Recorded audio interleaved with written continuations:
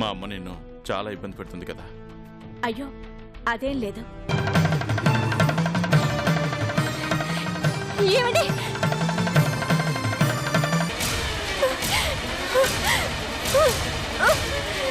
ఏమండి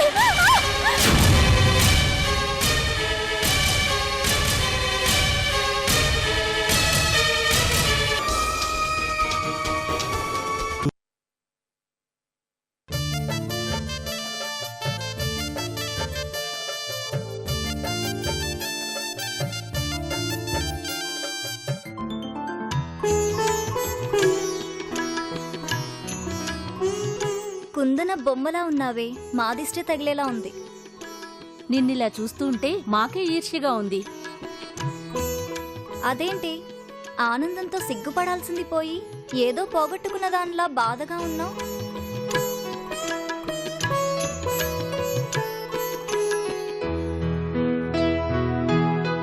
బాబు వంటలు బాగా చేయండి. అన్ని కరెక్ట్ గా ఉన్నాయో చూసుకోండి.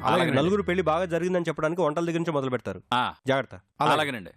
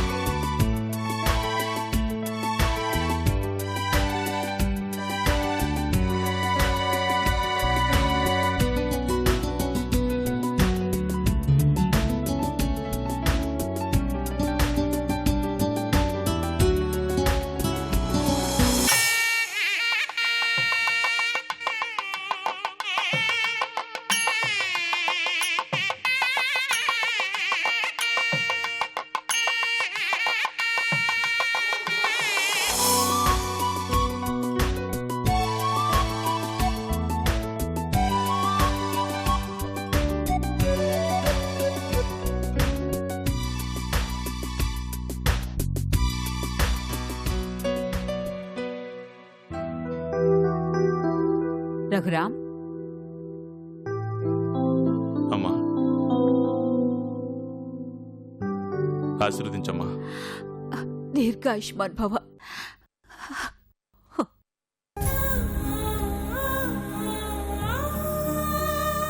ఏంటమ్మా కన్నీళ్ళు? నిన్నిలా చూసే అదృష్టం నాకుందో లేదో అనుకుని చాలా ఆందోళనకి గురయ్యాన్రా. కాని ఆ దేవుడు నా కోరిక తీర్చాడు.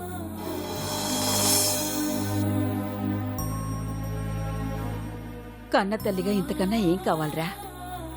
క్షమించమ్మా. నీలో ఈ ఆనందాన్ని కలిగించడానికి నాకు ఇన్ని రోజులు పట్టింది. పర్వాలేదురా. ఇప్పటికైనా నిన్ను పెళ్లి కొడుకులా చూసుకునే భాగ్యం కలిగింది. నువ్వు సంతోషంగానే ఉన్నావు కదా రఘురామ్? అవేం మాటలమ్మా. కన్న తల్లి ఆనందం కన్నా కొడుగ్గా నాకింకేం కావాలమ్మా? నేను చాలా సంతోషంగా ఉన్నానమ్మా. ఈ నీ చిరునవ్వే నా సంతోషానికి చిరునామా. నా గురించి దిగులు పడకమ్మా. లేదురా, ఇంక నాకే దిగులు లేదు. ఈ పెళ్లి నా మనసులో ఉన్న బాధని దూరం చేసింది. ప్రశాంతంగా ఉంది రఘురామ్. అలాగేనమ్మా. ఒక నిమిషం. సరేరా, నువ్వు రెడీ అవుతూ ఉండు. నేను వెళ్ళి గెస్టుల్ని రిసీవ్ చేసుకుంటాను. అలాగేనమ్మా. ఎక్కడ్రా రే? ముహూర్తం టైం అవుతుంటే ఎక్కడున్నారా మీరు? నమస్కారం అండి. నమస్కారం. బాగున్నారా? కూర్చోండి. వదినా, ఏంటొదినా, ఏమైనా కావాలా? అయ్యో నాకేం వద్దుదినా, నేనే మీకు సహాయం చేద్దామని వచ్చాను. అయ్యో మీరెందుకు వదినా, మీరు వెళ్ళి కూర్చోండి. మీకెందుకండి శ్రమ? మీరు మగ పెళ్లివారు, మీరు హాయిగా కూర్చోండి. కావాలంటే నేను మీకు కాలక్షేపంగా తోడుంటాను. అమ్మా, మా అమ్మ మాట వింటాం కన్నా మీరు వెళ్ళి విశ్రాంతి తీసుకోవడం మంచిది. అందరిని మాటలతో మహా ఇబ్బంది పెట్టేస్తుంటుంది. ఊరుకోరా నువ్వు. మా ఆవిడ మాత్రం తక్కువ అనుకుంటున్నావా ఆకాష్? ఛాన్స్ ఇవ్వాలే గాని చాటర్ బాక్స్ లో చదువుతూనే ఉంటుంది. అది అవతల వాళ్ళ బుర్రకు ఎక్కకపోయినా తన బుర్రలో ఏముందో అది మొత్తం బయట పెట్టేస్తుంది. ఊరుకోండి. ఎందుకు అల్లుడు అనవసరంగా నా కూతురు నాడి పోసుకుంటావు? దాని వాగుడికి ఇష్టపడే కదా వెంటబడి మరీ పెళ్లి చేసుకున్నావు. ఎందుకు అన్నయ్య గారు వదిన అలా ఆట పట్టిస్తారు? అలా ఆట పట్టించకపోతే వచ్చిపోయే వాళ్ళని పట్టించుకోవడం మానేస్తారమ్మా. మా ఆవిడ్ని ఏదో ఒకటి అనకపోతే నాకు అస్సలు తోయదమ్మా. మరీ అంత గట్టిగా నవ్వకండి, వచ్చేవాళ్ళు పారిపోతారు. ఆ?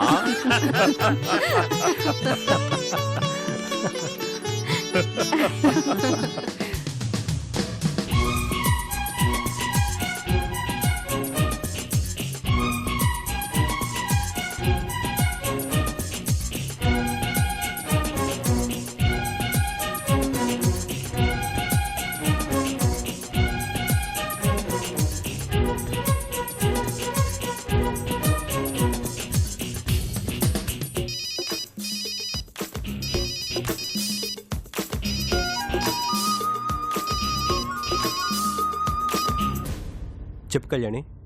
ఒకసారి ఇక్కడికి రా ఆకాష్. ఎందుకు కళ్యాణి? అన్నీ ఫోన్లోనే చెప్పడం కుదరదు. ఏంటి కళ్యాణి ఇది? అవతల పెళ్లికి టైం దగ్గర పడుతుంది, ఇంకా ఇక్కడ పనులు అక్కడే ఉండిపోయినాయి. ఇప్పుడు నన్ను రమ్మంటే ఎలా? అదేదో ఫోన్లో చెప్పొచ్చు కదా. ఫోన్లో చెప్పడం కుదరదన్నాను కదా, ఒకసారి రా. పట్టు విడవగా. సరే వస్తున్నా. కళ్యాణి అంటే పెళ్లి కూతురు కదా? అవును. మరి ఇతనేంటి అంత క్లోజ్ గా మాట్లాడుతున్నాడు? ఇతను ఏమవుతాడు పెళ్లి కూతురికి?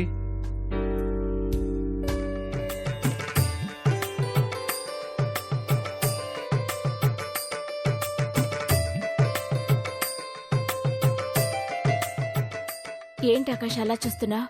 బాలేనా? బాగుంది కళ్యాణి. నిన్ను ఇలా చూస్తుంటే నా మనసుకు బాగుంది. నువ్వు హ్యాపీగా ఉన్నావా ఆకాష్? చాలా హ్యాపీగా ఉన్నా కళ్యాణి. నేను హ్యాపీగా ఉండాలని అనుకుంటున్నావా?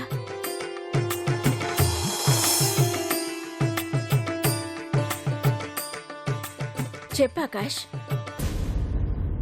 నువ్వు హ్యాపీగా లేవా కళ్యాణి? లేను.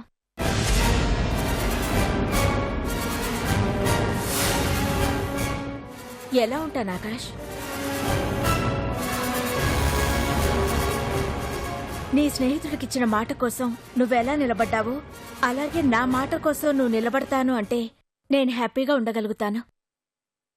నాకు వంశీ నువ్వు వేరు కాదు కళ్యాణి. ఆ అధికారంతోనే అడుగుతున్నాను. చెప్పు కళ్యాణి, ఏం చేయమంటావు? మాటి ఆకాష్.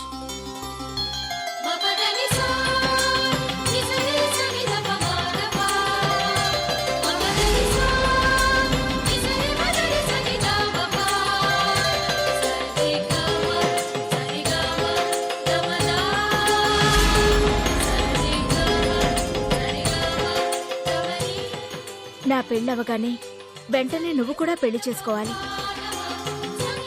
అలా అని నీ దగ్గర మాట తీసుకోవడానికే నిన్ను పిలిచాను. తప్పకుండా కళ్యాణి. నీ పెళ్ళైన వెంటనే నాకు సంబంధాలు చూడమని చెప్తాను. ఇన్ఫ్యాక్ట్ నీ ఫ్రెండ్స్ ఎవరో ఉన్నారా? నేను ఇప్పుడు కూడా రెడీ. వద్దులే, వాళ్ళు నిన్ను భరించలేరు.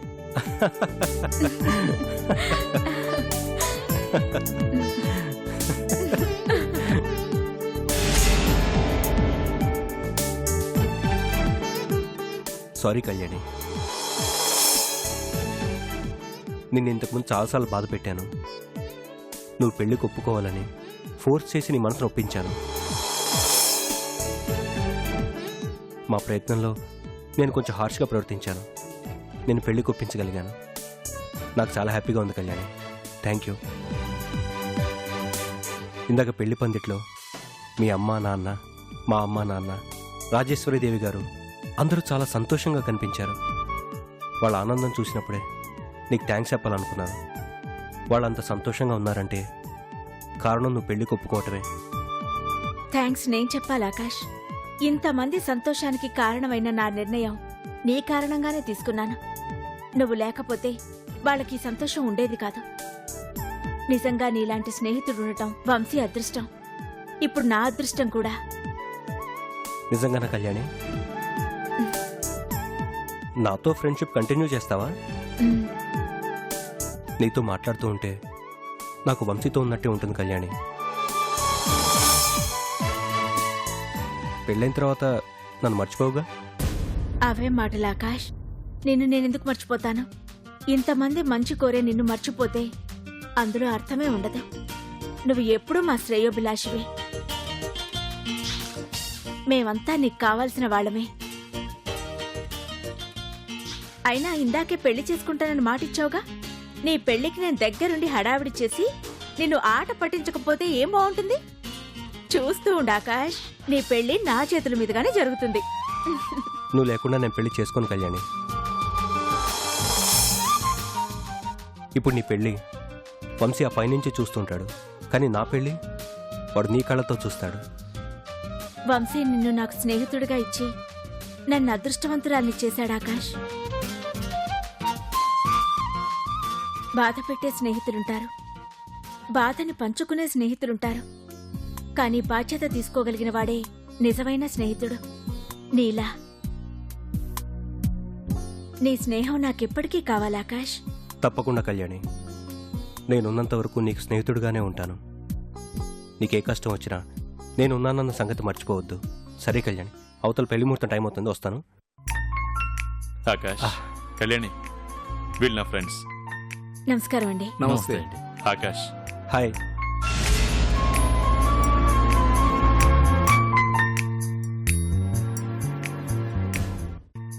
ఏంట్రా అలా ఫైన్ అయిపోయారు? పరిచయం చేయండి అని అడిగారు కదా, మాట్లాడండి. అవునండి, మా వాడు చాలా లక్కీ అండి. సర్లే, పదని వెళ్దాం. ఇతనెవరు? ఇతనేరా ఈ పెళ్లి జరగడానికి మూల కారణం. కళ్యాణికి స్నేహితుడు, నాకు తోడబుట్టిన లాంటివాడు. పెళ్లి పనులన్నీ ఇతనే చూసుకుంటున్నాడు. అవును, ఇందాక నుంచి అన్ని ఇతనే చూసుకుంటున్నాడు.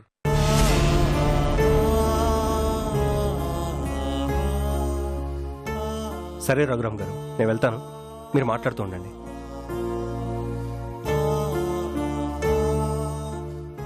సరే సరే, పదండ్రా, నా రూమ్కి వెళ్దాం. కళ్యాణి, నువ్వు రెస్ట్ తీసుకో. పదండ్రా.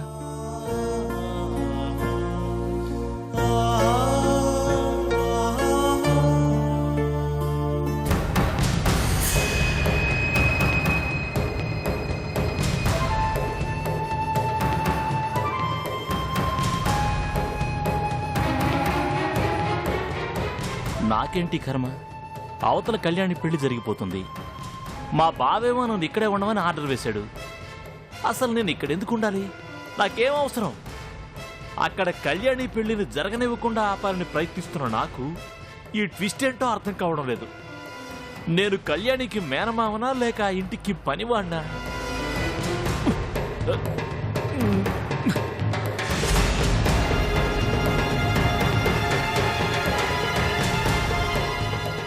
ఏం చేసి కళ్యాణి పెళ్లి ఆపాలో అర్థం కావడం లేదు.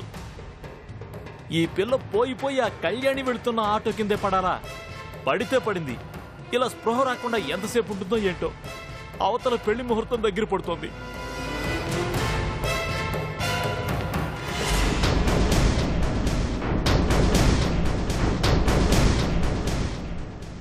హలో. బావా, వచ్చేయమంటావా? రేయ్, నువ్వు రాకపోతే ఇక్కడ కొంపలేం అంటుకోగాని ఆ అమ్మాయికి ఎలా ఉందో చెప్పు. డాక్టర్లు ఇంకేం చెప్పలేదు బావా. రేయ్, వాళ్ళొచ్చి నీకు చెప్పరా? నువ్వే వెళ్ళి అడగాలి. ఆ డాక్టర్కి ఫోన్ ఇవ్వు, నేను మాట్లాడతాను. ఇది టూ మచ్ బావా. అవతల నా మేనగోడలు పెళ్లి జరుగుతుంటే ఇక్కడ ముక్కు ముఖం తెలియని అమ్మాయి గురించి కాపలా ఉండటం అన్యాయం బావా. నోరు మూసుకుని వెళ్ళి డాక్టర్కి ఫోన్ ఇవ్వు. ఇక్కడ కళ్యాణ అమ్మాయికి ఎలా ఉందో అని కంగారు పడుతోందిరా. డాక్టర్ గారు, మా బావగారు మీతో మాట్లాడతారట. హలో, చెప్పండి. నమస్కారం డాక్టర్ గారు. నమస్తే అండి. మా మా అమ్మాయి తీసుకొచ్చిన అమ్మాయికి ఎలా ఉంది? ట్రీట్మెంట్ జరుగుతోందండి. డాక్టర్, ఆ అమ్మాయిని జాగ్రత్తగా చూసుకోండి. అక్కడ మా బావమరిది ఉంటాడు, ఏదైనా అవసరం వస్తే వాడితో చెప్పండి. అలాగేనండి. సరే బావా, అయితే నేను మండపానికి బయలుదేరిపోమంటావా? ఒరే, నువ్వేం రానక్కర్లేదు. అక్కడే ఉండి ఆ అమ్మాయికి ఏం కావాలో హెల్ప్ చేయి. జాగ్రత్త, ఉంటా. ఏంటి, ఏం కావాలో చూసుకోమంటాడు? అంటే మనం ఉంటే ఆ పెళ్లి జరగదనే డౌట్ వాళ్ళలో ఉందన్నమాట. అందుకే నన్ను అవాయిడ్ చేస్తున్నాడు. మాకు తెలుసు.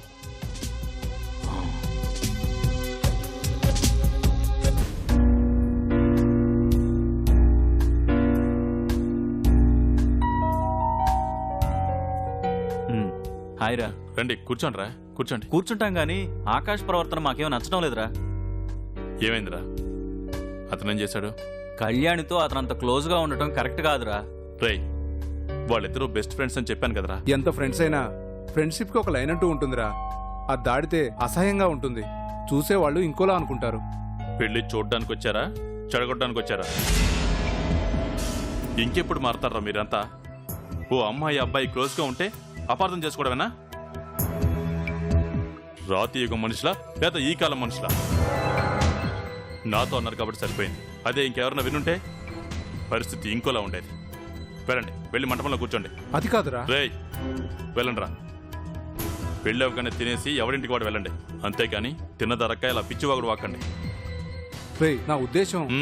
నువ్వేం చెప్పద్దు. రేయ్, తీసుకెళ్ళు. అమ్మా, పెళ్లి కుమారుణ్ణి తీసుకురండి.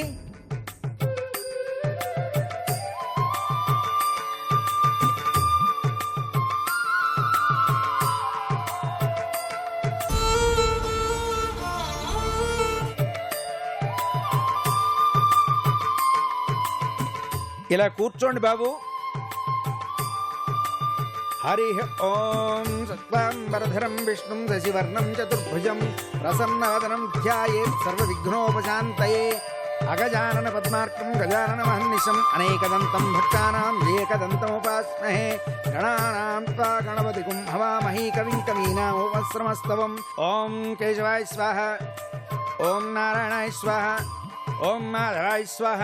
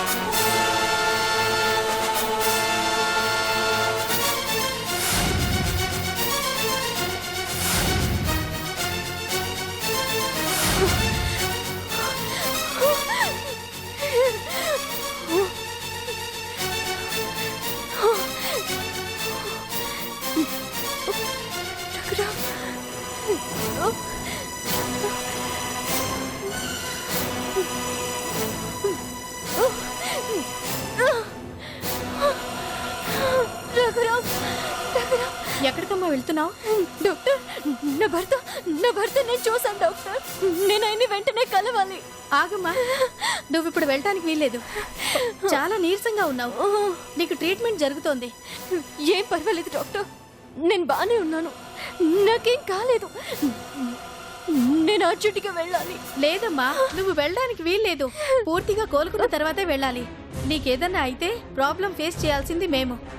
పేషెంట్ పూర్తిగా కోలుకోకుండా ఎందుకు పంపించారని మమ్మల్ని అడుగుతారు. మాకు ఆ బ్యాడ్ నేమ్ ఎందుకమ్మా? నర్స్, ఇవిడికి సంబంధించిన వాళ్ళని వెళ్ళి తీసుకురా. అలాగే. మీరు ఆగండి. Doctor please doctor. లేదమ్మా, విను నా మాట విను. నువ్వు వెళ్ళడానికి వీలేదు. పద లోపలికి పద. లోపలికి పద.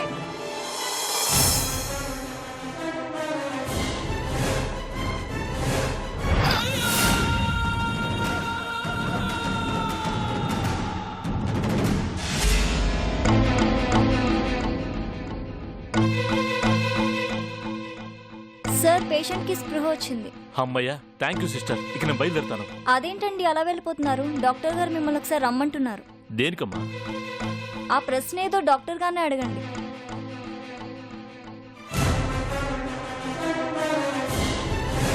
డాక్టర్ నేను బాగానే ఉన్నాను, నాకేం కాలేదు, నన్ను వెళ్ళనివ్వండి డాక్టర్. ఎక్కడికమ్మా వెళ్ళేది? అవతల మా కళ్యాణి నీకెలా ఉందని కంగారు పడుతుంది. నువ్వేంటి ట్రీట్మెంట్ తీసుకోకుండా వెళ్తానంటావేంటి? నన్ను కాపాడినందుకు మీ అందరికీ చేతులెత్తి మొక్కుతున్నాను, దయచేసి నన్ను వెళ్ళనివ్వండి. మాకు సంబంధం లేదమ్మా, ఆయన చెప్తే మేము పంపిస్తామమ్మా. సార్, సార్ నన్ను అర్థం చేసుకోండి సార్. నా భర్త నేను చూశాను సార్. నీ భర్తను నువ్వు రోజూ చూడొచ్చమ్మా. నువ్వు ఆరోగ్యంగా లేకపోతే ఎలా? సరే సరే, ఆయన నెంబర్ నాకు ఇవ్వు. నువ్వు ఇక్కడున్నావని నేను ఆయనకి ఫోన్ చేసి చెప్తాను. సార్, నా భర్తని నేను కొన్ని ఏళ్ల తర్వాత చూశాను. అతని కోసం వెళుతుంటేనే ఈ యాక్సిడెంట్ అయింది. నేను వెంటనే ఆయన్ని కలవాలి సార్. ప్లీజ్ సార్, నన్ను వెళ్ళనివ్వండి. చూడమ్మా, నిన్నిక్కడి నుంచి పంపించాలంటే నీ వాళ్ళెవరైనా రావాలి, లేదా నీ ఆరోగ్యం కుదుటపడిన తర్వాతే నువ్వు వెళ్ళాలి. ఈ రెండిట్లో ఏది జరగకపోయినా నిన్నిక్కడ జాయిన్ చేసిన మా ఇంట్లో వాళ్ళు నన్ను తిడతారమ్మా. సార్, అర్థం చేసుకోండి సార్. నేను నా భర్త కోసం వెతకని చోటంటూ లేదు. ఆయన కనిపించిన తర్వాత కూడా నేను మౌనంగా ఉండలేను సార్. ప్లీజ్ సార్, నన్ను వెళ్ళనివ్వండి. అబ్బా, నీతో పెద్ద చిక్కుచ్చి పడిందే. సరే సరే సరే, నీ భర్త పేరంటూ చెప్పు. నేను అతన్ని కనిపెట్టే ప్రయత్నం చేస్తాను. రఘురామ్. రఘురామ?